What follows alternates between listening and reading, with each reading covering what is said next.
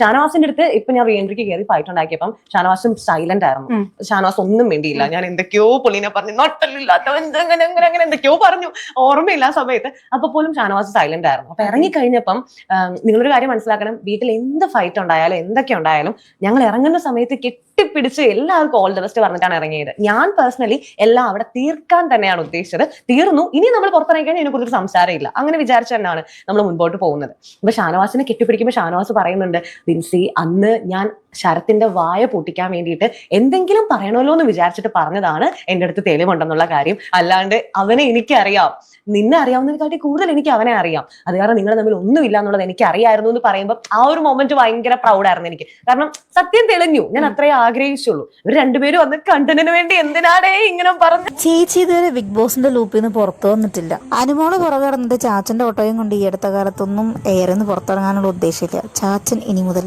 എയറിൽ auto service നടത്തുന്നതായിരിക്കും.